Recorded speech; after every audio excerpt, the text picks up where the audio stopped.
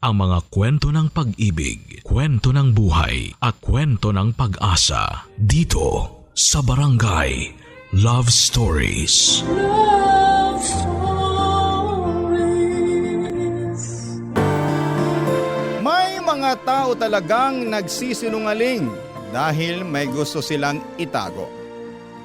Nakakahiyamang aminin pero nangyayari ito sa totoong buhay. Ikaw kabarangay, naalala mo pa ba ang pinakamalaking kasinungalingang nasabi mo? Dear Papa Dudut, magandang araw po sa inyo. Ako po si Lester. Isa po akong only child at single mother ang nagpalaki sa akin. Sagol pa lamang ako nang iniwan kami ng tatay ko. Pero kahit na ganoon ay ginawa ni Mama ang lahat para mapalaki ng maayos. Kaya kahit nahihirapan kami sa buhay ay ramdam ko na mahal niya ako. At gusto niya akong mapabuti. Pero habang lumalaki ako ay naging mas mahigpit si Mama sa akin. Palagi niyang sinasabi na kailangang mataas ang grades ko at madalas niya rin akong pinagbabawalan na gumala. Hanggang sa pagpasok ko sa college, si Mama pa rin ang nasusunod sa halos lahat ng desisyon ko sa buhay. At dahil nga dito ay napansin ko na unti-unti akong naging people pleaser. Lagi kong inuuna ang kasiyahan ng iba at ang iisipin ng ibang tao. Kahit na ako na mismo ang napapagod, naabala at nasasaktan. At dahil pangarap ni nanay na maging nurse, ako ay yun ang kursong kinuha ko. Noong nakapagtapos na ako ng kolehiyo, gusto kagad ni Mama na mag-review ako para sa board exam. Pero sa totoo lang ay ayoko na talaga. Gusto ko na lamang magtrabaho sa call center at kumita ng sarili kong pera ng mga panahong yon. Lalo na't hindi ko naman talaga pinapangarap na maging nurse. Pero dahil ayoko madismaya si Mama, palihim akong nagtrabaho sa call center habang ang alam niya ay nagre-review ako, Papa Dudut.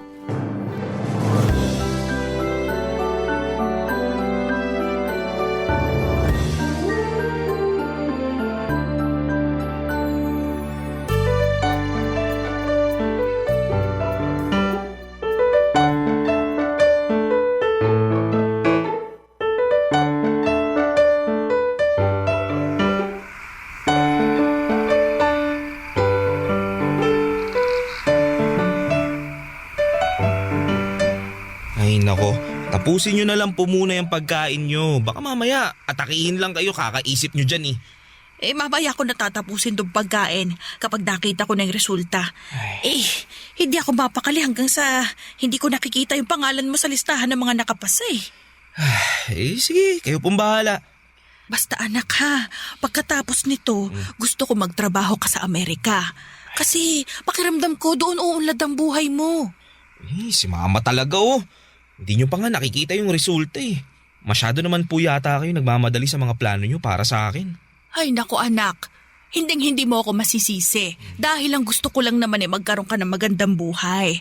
Basta, anak mangako ka sa akin na hindi mo ko kakalimutan ha kapag naging nurse ka na abroad. Huwag po kayo mag-alala ma.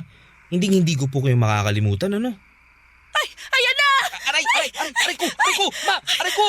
Nakalagay na dito na nai-release na daw yung listahan ng mga nakapasa ng nursing board exam. Sandali hahanapin ko lang. Scrollin mo. Basta ma, kung sakaling hindi ako makapasa ha, ipangako nyo sa akin na hindi kayo magagalit. Ano ka ba naman anak? Napaka-negative mo. Talagang batang ito. Wala ka bang tiwala sa sarili mo? Meron naman po eh, kaso nga lang, ayoko pong madismaya kayo kung sakaling hindi ako makapasa. Ay nako, huwag kang magsalita ng ganyan. Ilang buwan mo pinaghirapan tong pagre-review para sa board exam mo eh. Na hindi ka na nga halos umuwi dahil gabi-gabi kang nagre-review dun sa bahay ng kaibigan mo eh. Pero ma... Ay, shh. Pantahimik ka muna dyan. Eto, hinahanap ko na yung pangalan mo.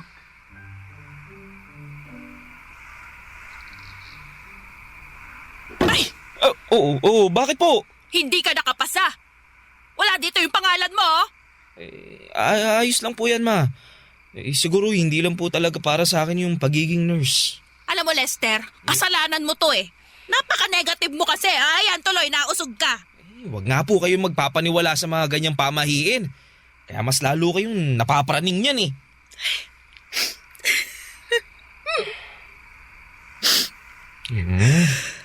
Man naman, huwag na po kayong umiyak. Okay lang po yan. Anong okay? Hindi ka ba lang ba nanghihinayang? Ilang buwan mo kayong pinaghirapan yung pag-review mo sa board exam mo na yan. Siyempre nangihinayang po. Basta, magre-review ka ulit ha. Ha? Hindi ka titigil hanggang sa hindi mo na ipapasa yung board exam na yan. Naiintindihan mo? Opo ma. At hindi ka rin titigil hanggat hindi ka nagiging nurse sa Amerika. Diyos ko naman anak, pareho natin pinaghirapan na makapagtapos ka ng nursing. Kaya utang na loob naman, lubos-lubusin mo na. Walang kwenta yung diploma mo kung hindi ka rin lang naman makakapasa sa board exam. Huwag po kayong mag-alala ma. Sa susunod, sisiguraduhin ko na po na makakapasa ako. Mabuti naman kung ganon. Oo ma, saan kayo pupunta? Yung pagkain niyo po. Ipakain mo na lang yan sa aso. Wala na akong gana. At tulad nga ng nakasanayan, nagpanggap pa rin ako na nagre-review para sa susunod na board exam. At nagsinungaling ako kay mama na nagsa-sideline ako bilang tutor para hindi siya magtaka kung bakit may pera ako. Habang tumatagal ang pagpapanggap ko ay mas lalo lamang akong nalulungkot at naiinis sa sarili ko.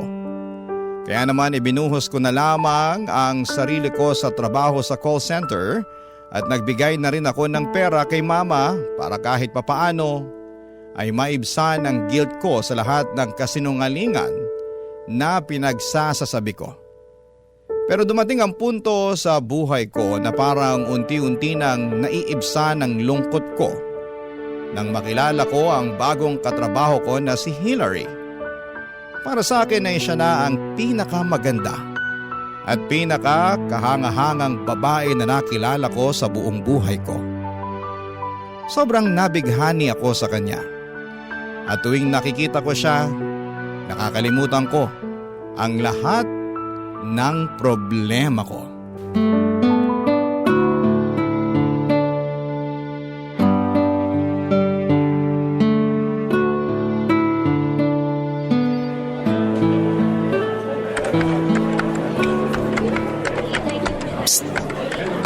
Hillary, Oh, bakit?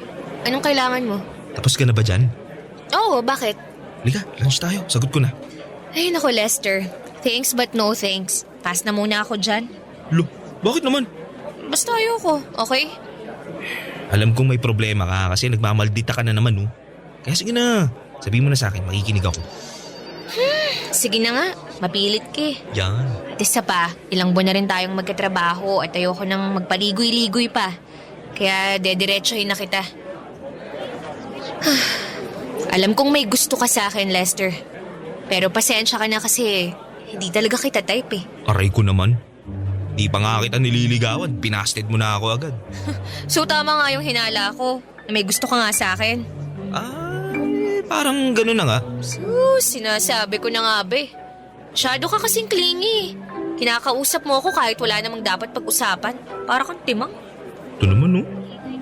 Teka, pero matanong ko lang. Bakit ba hindi mo ako type? May mali ba sa akin? Pangit ba ako? Well, sa totoo lang, hindi ka naman ganun kapangit. At bentang-benta sa akin tuwing nagjo-joke ka. Tsaka kahit papaano, naiibsan din yung stress ko dito sa call center tuwing kinakausap mo ko.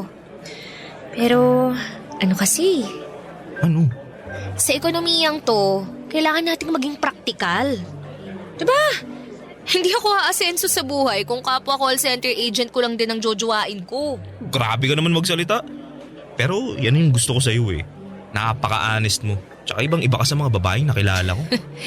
Salamat na lang pero wala talaga sa wishlist ko na magkaroon ng jowa na nagtatrabaho sa call center.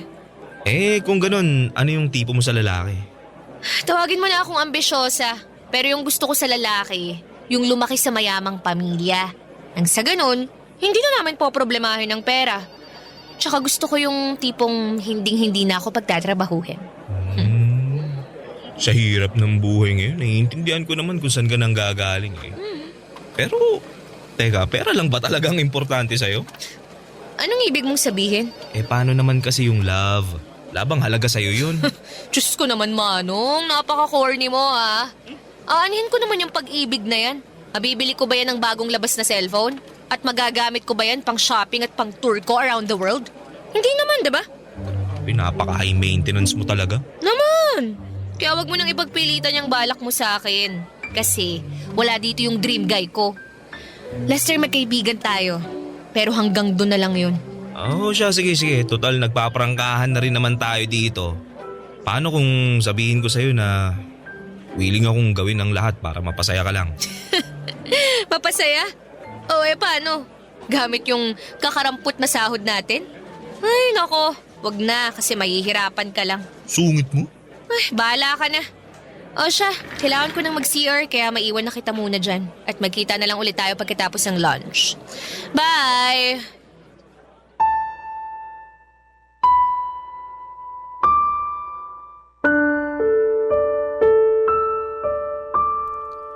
Marami po sa mga katrabaho ko noon sa call center ang nagsasabi na maldita, mataray at medyo matapobre daw si Hillary. Pero para sa akin si Hillary ay isang babae na alam kung ano ang gusto niya sa buhay. At handang gawin ang lahat para maabot ang mga pangarap niya. Yun ang tipo ng babae na hinahangaan ko. Yung palaban at may kumpiyansa sa sarili. At habang tumatagal ay mas lalo ko lang siyang nagugustuhan. At hindi ko rin namamalaya na gumagawa na pala ako ng paraan para mapansin niya ako at mas magustuhan niya ako. Tuwing sumasahod ako ay iniipon ko yung pera ko para kahit papaano ay maipakita ko sa kanya na hindi ako salat sa buhay at pwedeng-pwede niya akong ipagmalaki. Palagi ko rin siyang inaaya at nililibre hanggang sa dumating sa puntong siya na mismo ang nagpapalibre. At ang mga panahong yon, pakiramdam ko, unti-unti nang lumalambot ang puso ni Hillary. Para sa akin, Papa Dudut. Barangay Love Stories. Barangay Love Stories. Pagkalipas ng ilang buwan, dumating din sa wakas yung araw na sinagot ako ni Hillary. At hindi ko talaga makakalimutan yon, Papa Dudut. Pero hindi naging madali ang lahat. Kasi bago pa man niya ako sinagot ay marami na akong nasabing kasinungalingan sa kanya para lamang mapahanga siya. Sinabi ko kay Hillary na may negosyong restaurant ang pamilya ko sa Mindanao at nagtatrabaho lamang ako sa call center dahil gusto kong i-challenge ang sarili ko at maging independent. Dahil sa mga kwento na yon ay mas lalo siyang humanga at unti-unting lumambot ang loob niya para sa akin. Hindi nga nagtagal, Papa Dudut, umabot din kami sa puntong nag-live-in na kami ni Hillary sa isang apartment. Pero kapalit noon, isa na namang kasinungalingan ang kailangan kong sabihin kay Mama. Sinabi ko sa kanya na makikitira na muna ako sa bahay ng kaibigan ko para mas makapag-focus sa pagre-review para sa board exam. Pero ang hindi alam ni Mama, may girlfriend na pala ako.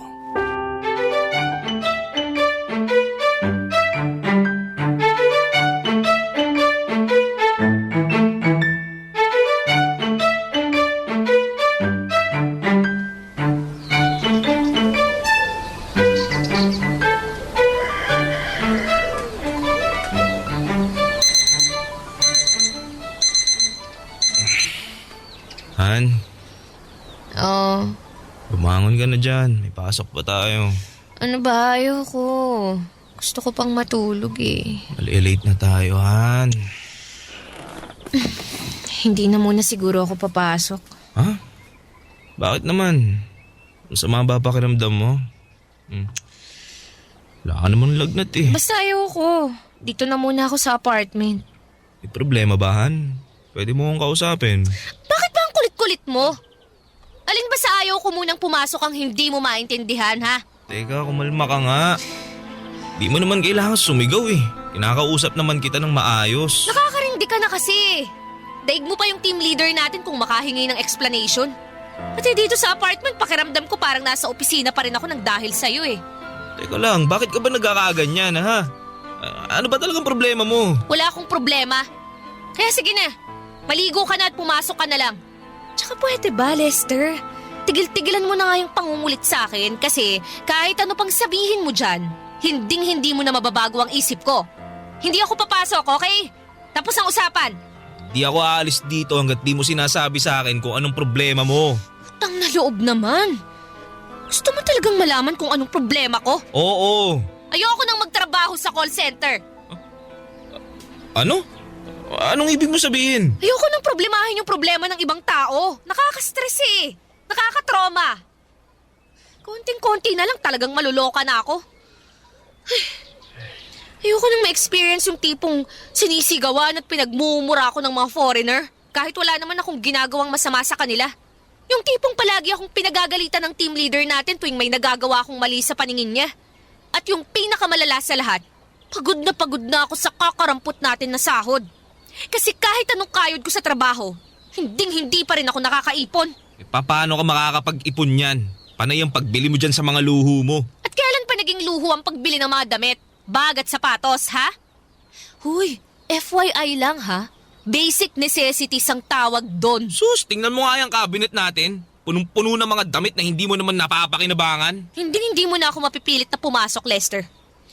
Kaya please lang ha, utang na loob, manahimik ka na. Hila rin naman.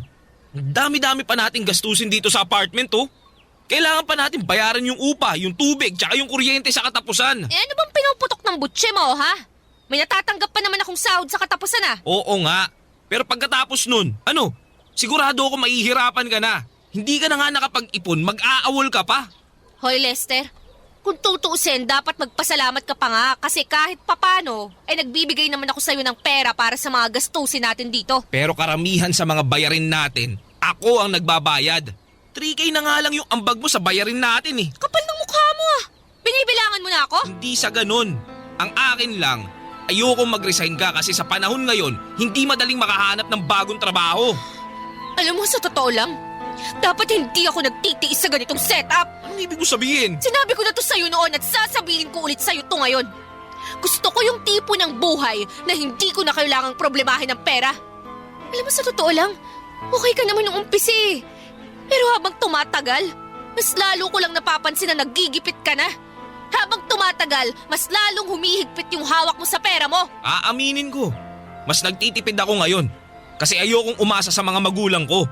Alam ko na may negosyo kami, pero mas gusto ko pa rin yung pakiramdam na nakakatayo ako sa sarili kong mga paa. Yung tipong hindi ako tumatakbo sa mga magulang ko tuwing may problema ako sa pera. Lintek na pride yan, Lester.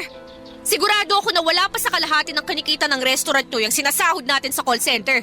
Kaya utang na loob naman, tawagan mo na lang ang mga magulang mo para matapos na yung mga problemang hindi mo naman dapat pinoproblema. Noong araw na yon ay tuluyan nang umalis si Hillary sa trabaho niya sa call center at wala na rin akong nagawa kundi tanggapin yon. Naging sobrang hirap para sa akin ang mga sumunod na buwan dahil halos araw-araw akong nag-overtime para lamang matustusan ang pangangailangan naming dalawa. At ang mas masaklap pa doon, habang ako ay kumakayod at nagbabayad ng lahat ng mga bayarin, si Hillary naman ay madalas na nasa apartment lamang nagsa-cellphone, umiinom at nanonood ng TV. Pero kahit na ganoon ang sitwasyon namin ay aaminin ko na mahal ko pa rin siya noon.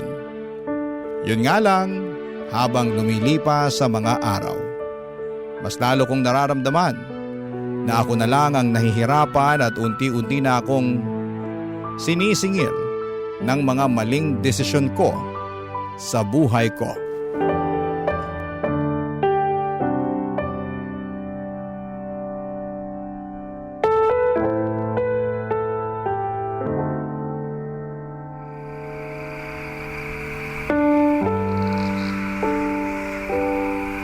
Hillary naman, ginagawa ko naman lahat para sa'yo ah. Wala ka nang naririnig sa akin nung iniwan mo yung trabaho mo sa call center, di ba? Bakit kailangan mo pa akong pahirapan ng ganito? Eh kasi napaka-cheap mo! Saka malaking kuripot! Para lang sabihin ko sa'yo, hindi ito ang pinangarap kong buhay sa sarili ko! Lintik na pangarap yan! Kulang pa ba lahat ng pagtitiis at pagsasakripisyo ko para sa'yo, ha? Kulang! Kulang na kulang, Lester.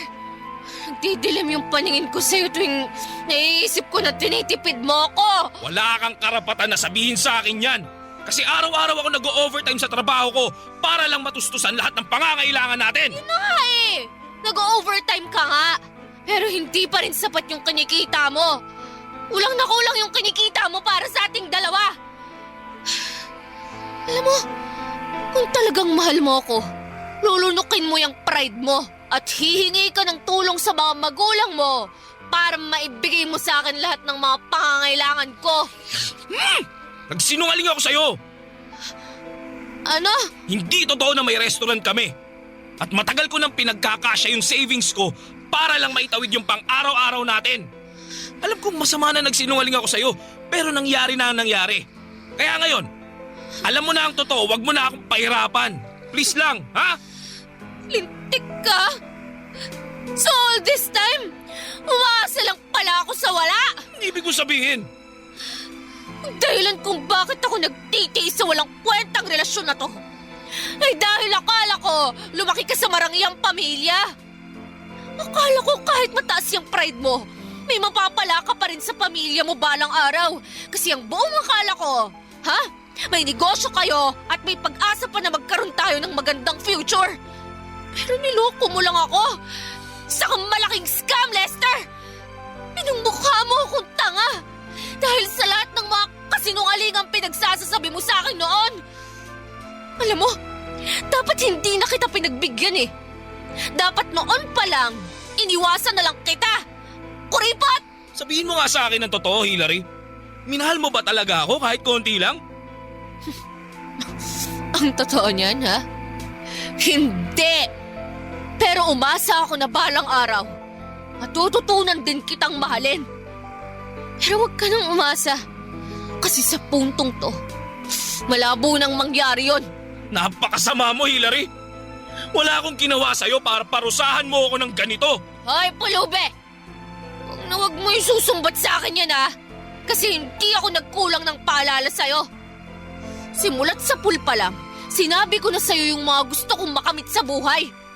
Tutusin nga, quits lang tayo eh. Kasi nagsinungaling ka rin naman sa akin. At FYI lang, ha? Matagal din kitang pinagtiisan. Kaya wag mo akong aartehan dyan. Huwag kang mag-alala, Hillary. Kasi simula sa araw na to, hindi mo na ako kailangang pagtiisan. Pinagsasasabi mo dyan? Dahil iiwan na kita. Nang gabing yon ay tuluyan nang umalis si Hillary sa apartment at kasabay ng pag-alis niya ay dumating ang mabigat at matinding katotohanan na hindi na siya magbabago at ni minsan ay hindi niya ako minahal. Doon ko na-realize na ginamit niya lang ako para hindi na niya kailangang magtrabaho. And at the same time, sarili lamang niya ang iniisip niya. Alam ko po na marami sa mga nakikinig sa programa ninyo ang sasabihing tanga ako. At tatanggapin ko yon kasi totoo din naman. Siguro ganon talaga kapag mahal mo ang isang tao. Handa kang gawin ang lahat kahit alam mong nasasaktan ka na at nagmumukha ka ng ewan. Pero papadudod sa kabila ng sakit at pagkabigo ay may kakaibang ginhawa din akong naramdaman. Hindi ko akalain na ang sarap pala sa pakiramdam kapag wala ka nang tinatago. At hindi mo na kailangang magpanggap para lamang matanggap ka ng taong mahal mo. Barangay Love Stories. Barangay Love Stories. Papadudod, unti-unti kong sinubukang ayusin ang buhay ko. Sa totoo lang ay isa ito sa mga nakakatakot kong gawin. Pero alam ko sa sarili ko na kailangan ko itong gawin kung gusto kong maramdaman ang tunay na peace of mind. Kaya ang una kong ginawa ay ang tawagan si Mama. Gusto ko sanang ipagtapat sa kanya lahat ng kasinungalingan at pagpapanggap ko para tuluyan na ring matapos ang paghihirap ko. Pero wala pa rin akong lakas ng loob para ipagtapat sa kanya ang buong katotohanan. Ang naipagtapat ko lang kay Mama ay ang tungkol sa hiwalayan namin ni Hillary. Pero kahit ganun pa man ay bahagyang gumaan ang pakiramdam ko kasi sa wakas may nakakausap ako at may nakakaintindi sa mga pinagdadaanan ko, Papa Dudut.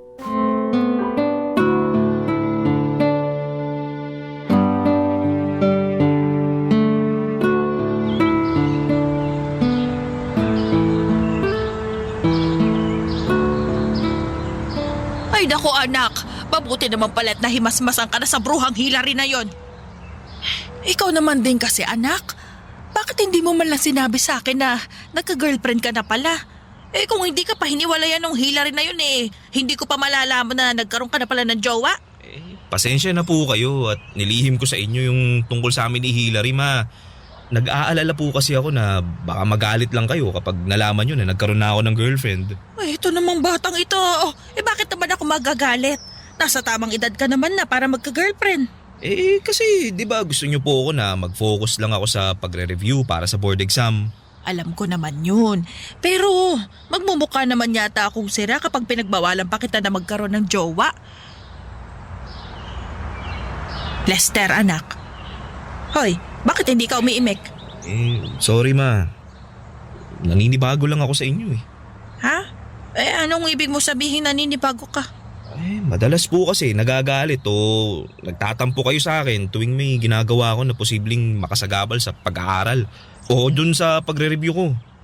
Pero ngayon, parang mas lumalambot po kayo sa akin Alam ko naman na madalas kitang pinaghihigpitan. Pero sana maintindihan mo rin na ginagawa ko lang yun dahil mama mo ko. At tungkulin ko na ipaglaban ang kinabukasan mo, ha?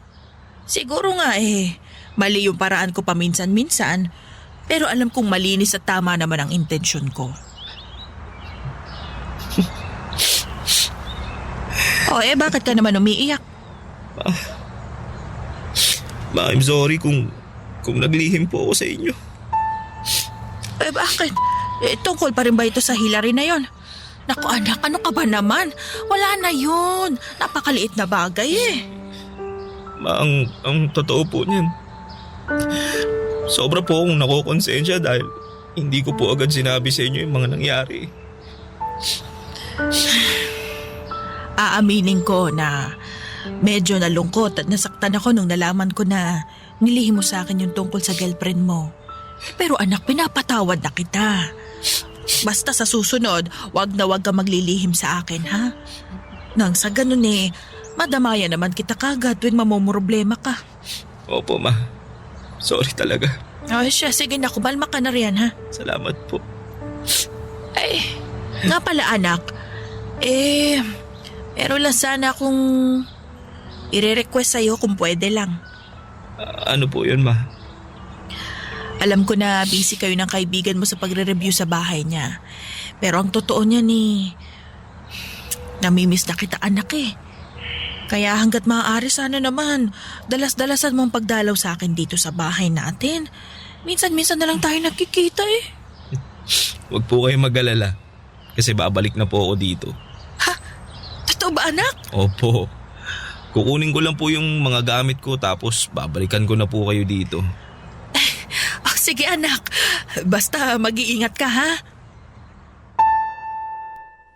Noong mismong araw na yon ay umalis na ako sa apartment at dinala ko na lahat ng gamit ko. Masaya man ako kasi alam na ni Mama ang tungkol sa naging relasyon namin ni Hillary, pero hindi pa niya alam ang tungkol sa pagtatrabaho sa call center na ginawa ko. At sigurado akong sobrang madidismaya siya sa mga pag-amin ko sa kanya. Habang iniisip ko ito ay ramdam ko ang bigat sa dibdib ko. Para bang bawat gamit na dinadala ko rin ang lahat ng guilt at takot na matagal ko nang tinatago sa sarili kong nanay.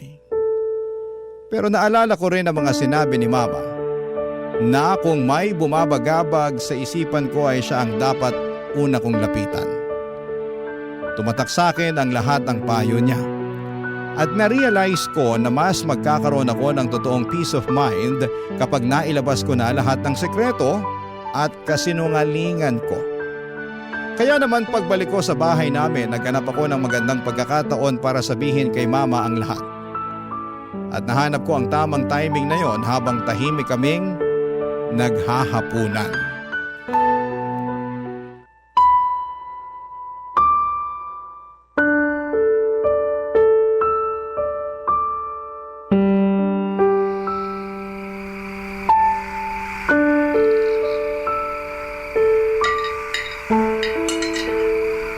Alam mo anak, may napapansin akong kakaiba sa'yo. Ano po yun? Eh, pansin ko parang pumayat ka yata. Naku, si Mama talaga. Baka naman namamalikmata lang po kayo. Anong namamalik bata? Hoy, alam ko sinasabi ko ano? Biro lang po. Anak, alam ko na matagal na kitang pinipressure na ipasa yung board exam mo. Pero sana naman wag mong pabayaan ang sarili mo. Hindi ka ba nakakakain ng maayos sa bahay ng kaibigan mo? Hindi naman po sa ganun. Ay, hindi na bale. Mabuti na lang talaga at napagdesisyonan mo nang umuwi dito sa atin. Nang sa ganun maipagluto na rin kita. Hindi mo naman siguro kailangan yung kaibigan mo para makapag-review.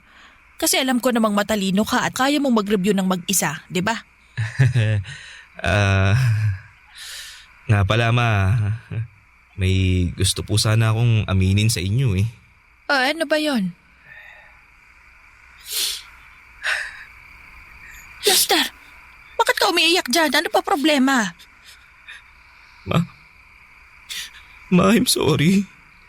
Sorry, Ma. Nagsinungaling po ako sa inyo. Matagal na po ako nagpapanggap. Ay, Lester, hindi kita maintindihan. Ano bang ibig mo sabihin, ha? Hindi po totoo na nagre-review ako para sa board exam. Tsaka, di rin po totoo na hindi ako nakapasa. Kasi po noong una pa lang, hindi naman po talaga ako kumuha ng board exam ko eh. Ano? Di rin po totoo na rumarakit ako bilang tutor. Dahilan ko lang po yun sa inyo. Ang totoo po niyan, matagal na po ako nagtatrabaho bilang call center agent pa. Ay, Diyos ko. Lester naman. Dapat nung umpisa pa lang sinabi mo na sa akin ito. Matagal mo na palang nagsisinungaling sa akin. Ma, I'm sorry. Sorry po kung nagawa ko kayong tiisin. Kaya ako na po sinasabi sa inyo ang lahat ng to kasi hindi na kaya ng konsensya ko yung mga nagawa ko sa inyo noon. Hindi mo alam kung gaano kasakit tong ginawa mo sa akin, Lester. Paano mo nagawa sa akin to, anak? May nagawa ba akong mali sa'yo? Nagkulang ba ako sa'yo bilang nanay mo, ha? Hindi po, Ma. Binigo ko lang po kayo. At hindi ko rin po mapapatawad ang sarili ko sa mga kapalpakang ginawa ko. Sinaktan mo ko, Lester. Nasasaktan ako dahil hindi mo sinabi sa akin ang totoo. Dahil mas pinili mo magsinungaling tungkol sa sitwasyon mo. Ma, sorry talaga. Sana mapatawad niyo pa ako. Pinapangako ko po sa inyo. Simula sa araw na to, hindi na po ako maglilihim sa inyo. Mahal na mahal ko po kayo, Ma.